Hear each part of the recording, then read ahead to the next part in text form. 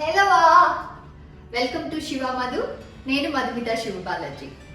ఇవాళ ఒక క్రిస్పీ కాకరకాయ ఫ్రై చూపించబోతున్నాను. So direct attacking to the recipe, come on. So నా కాకరకాయలు తెచ్చేసుకున్నా.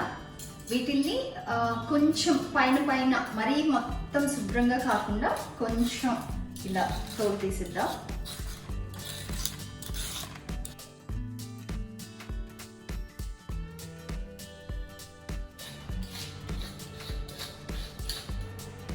గ్యాప్లో తీసింది నేనే. షూటింగ్స్లో జనరల్గా ఆర్టిస్ట్తో ఇలా కట్ చేసుకోండి అనేసరికి కట్ అంటారు. దాని తర్వాత సెటర్స్ వచ్చేసి మొత్తం ఇలా క్లీన్ చేసి నీట్గా పెట్టేసి మొత్తం తుడి చేసి వెళ్ళిపోతారు. మళ్ళీ వెల్కమ్ బ్యాక్ అని ఆర్టిస్ట్ మళ్ళీ అంటారంట. అలా అయింది నా పని. మీరు ఎంజాయ్ చేయండి. మీరు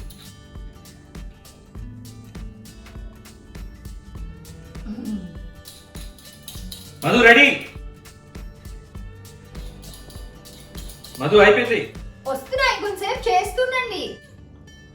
ఇంకొంచెం చేయాలా? మన కాకరకాయలు రెడీ అయిపోయాయి. మొత్తం పీలింగ్ అయిపోయింది. సో ఇప్పుడు కట్ చేసేసుకుందాం. సో ఇన్ కేస్ మీరు కాకరకాయ జ్యూస్ తాగే అలవాటు ఉంది అంటే ఈ తోలు తీసాం కదా, తొక్కు, ఇదంతా మీరు జ్యూస్ చేసేటప్పుడు వాడుకోవచ్చు. ఈ ముందు భాగం ఒక చిన్న కట్ట, వెనక ఒక చిన్న టేల్ దగ్గర కొంచెం తోక దగ్గర తీసేసి ఇంత సన్నగా కట్ చేసేసుకోండి. మరీ సన్నగా కాదు, మరీ లావుగా కాదు, ఇట్లా నేను చూపిస్తున్నాను కదా, మీడియంగా.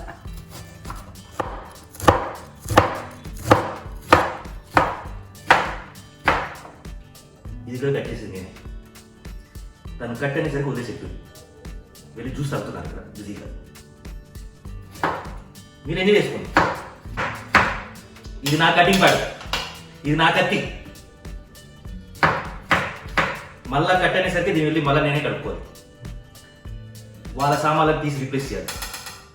That's me.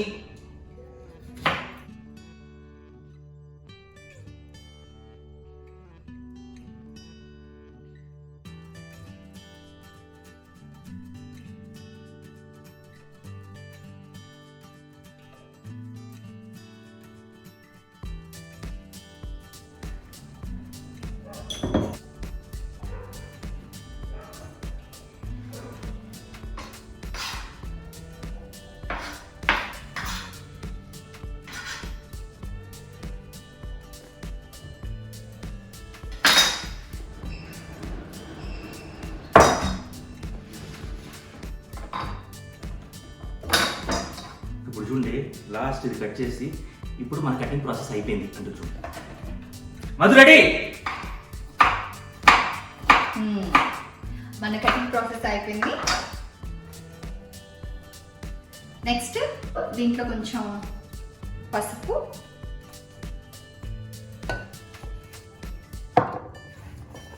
కొద్దిగా ఉప్పు. ఉప్పు మరీ ఎక్కువ వేసేసుకోవద్దు, ఎందుకంటే కాకరకాయ అబ్జర్వ్ చేసుకుంటుంది ఉప్పుని. సో కొద్దిగా వేసుకోండి. సో ఇప్పుడు దీన్ని బాగా పిసికేసుకున్నాం.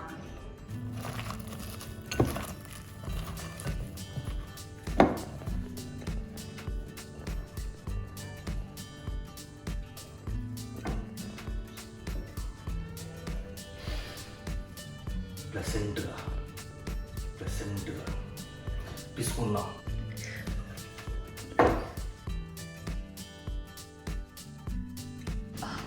టమాటాలు వస్తున్నాయి. చేసి అంజేనా బెటర్ అండి. అయిపోయిందా? రెడీ. ఓకే. సో మంచిగా పిసికేసుకున్నాం. ఇప్పుడు కుకింగ్ ప్రాసెస్ వెళ్ళిపోదాం. స్టవ్ ఆన్ చేసేసి కడాయి పెట్టుకుందాం. దీంట్లో ఆయిల్ వేసుకుందాం. ఆయిల్ మనం కొంచెం ఎక్కువ వేసుకుందాం, ఎందుకంటే కాకరకాయని డీప్ ఫ్రై లాగా చేయబోతున్నాం. అండ్ అలాగని మొత్తం కాకరకాయ ఒకేసారి వేసేసి డీప్ ఫ్రై కంటే చాలా ఎక్కువ ఆయిల్ అక్కర్లేదు. సో కొద్దిగా ఆయిల్ తీసుకొని కొంచెం కొంచెం వేసుకొని ఫ్రై చేసేసుకొని పక్కన పెట్టేసుకోండి. లేదు మీరు ఒకేసారి ఫ్రై చేసేసుకొని ఆయిల్ని వేరే దాంట్లో యూస్ చేసుకుంటారు అంటే మొత్తం ఒకేసారి కూడా వేసేయచ్చు. ఇంకొకటి ఏంటంటే ఈ ఆయిల్ చాలా మందికి ఒక ఇంప్రెషన్ వేరే వాటిలో వేస్తే చేదు వస్తుంది అని. అస్సలు రాదు. నేనైతే ఇలా వాడి కాకరకాయ ఫ్రై చేసేసాక మళ్ళీ పప్పులో యూస్ చేసుకుంటాను. ఏదైనా అంటే పప్పు తాలింపుకైనా, పప్పుచారు తాలింపుకైనా, లేకపోతే ఏదైనా వేరే తాలింపు కూరలు, ఫ్రైస్ ఏవి చేసినా అందులో వాడేస్తాను అనమాట. సో మీరు కూడా అలా వాడేసుకోవచ్చు. ఒకసారి ట్రై చేస్తే మీకు తెలుస్తుంది, అస్సలు చేదు రాదు. సో నూనె కాగింది. ఇప్పుడు వీటిని గట్టిగా పిండి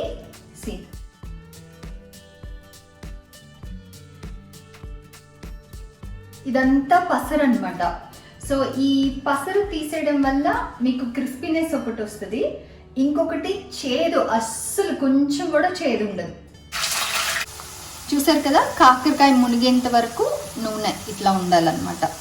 అండ్ బ్యాచెస్గా చేయబోతున్నాను నేను. అంటే ఫస్ట్ కొద్దిగా ఫ్రై చేసుకొని మళ్ళీ ఇవి మళ్ళీ వేసుకొని మళ్ళీ ఫ్రై చేయబోతున్నా. సో ఇవి మీకు ఆల్మోస్ట్ ఒక 5-10 మినిట్స్ పడుతుంది క్రిస్పీగా ఫ్రై అవ్వడానికి. అంతవరకు ఫ్రై చేసుకోవాలి. సో హై ఫ్లేమ్లో మీరు పక్కనే ఉండి వేయించుకునేటట్లయితే హై ఫ్లేమ్లో వేయించుకోండి. లేదు మీరు వెళ్ళి కాసేపు కూర్చుంటారు అంటే కంప్లీట్ సిమ్లో పెట్టేసి కాసేపు కూర్చొని వచ్చి చూసుకోవచ్చు. బట్ అదే మాడిపోకుండా చూసుకోండి. చూసారా, కాకరకాయ ఇలా బ్రౌన్గా వేగిపోతుంది. సో మీకు అది తెలుస్తుంది కూడా, కరకరలాడే ఇది. అప్పుడు తీసేసుకోవాలి. సెకండ్ బ్యాచ్ వేసుకుంటున్నాను. గట్టిగా సేమ్ అలాగే స్క్వీజ్ అవుట్ చేసేసి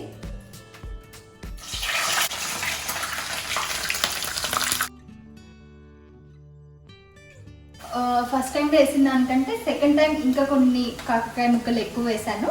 అయినా పర్లేదు, సేమ్ అంతే క్రిస్పీగా వేగిపోతాయి బాగా.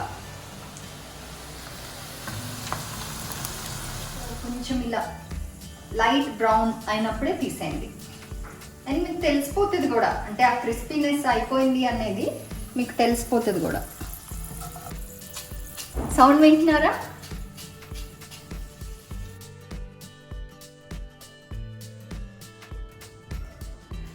మనకి కాకరకాయ ఇలా తోడేసుకున్న తర్వాత వేడిగా ఉన్నప్పుడే ఒకటి తీసుకుని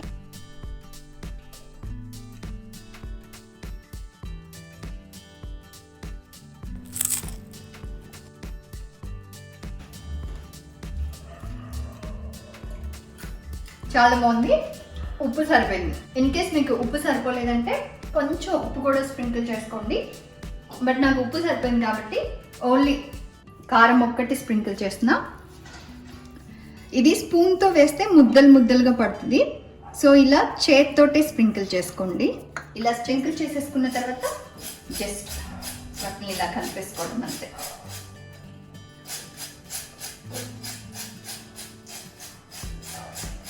సో అయిపోయింది.